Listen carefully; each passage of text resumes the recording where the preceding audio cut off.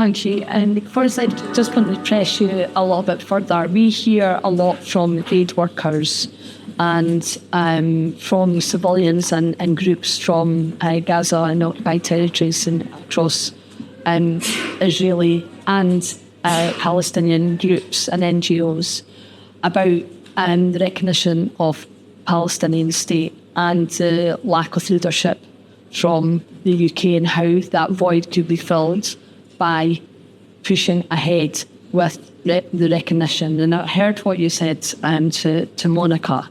Can you tell us a bit more detail about when will be the right time? Because we're all very concerned, as you are, as our constituents are, about there being no Gaza left by the time we come to realise a Palestinian state. We see that from the map and the evidence you've given us. So when will those conditions be right?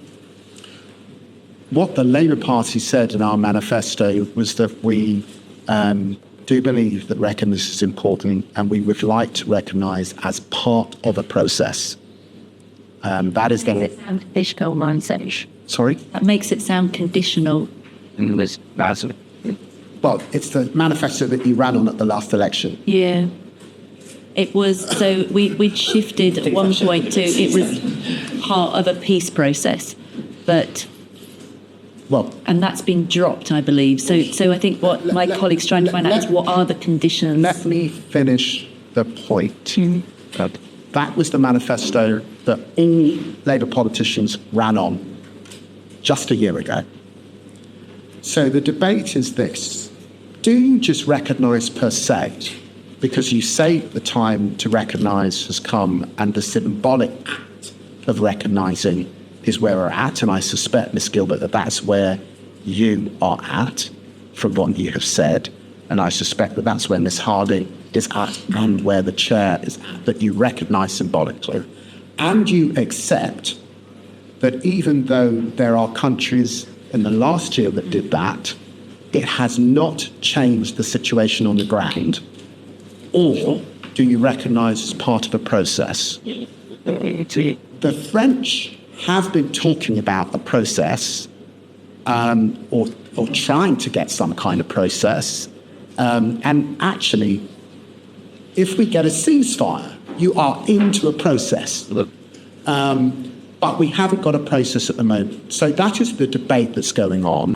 Could I ask you on a separate point, though, just to be minded that we're scrutinising you as a committee, not as individual MPs, and definitely not on our political backgrounds. So we also have collective responsibility as a committee. So singling out politicians for their manifestos is not that helpful in our duty, if that's okay, Foreign Secretary. I recognise that you're saying on the committee, but I also recognise you're a group of politicians. I've been in this House for 25 years.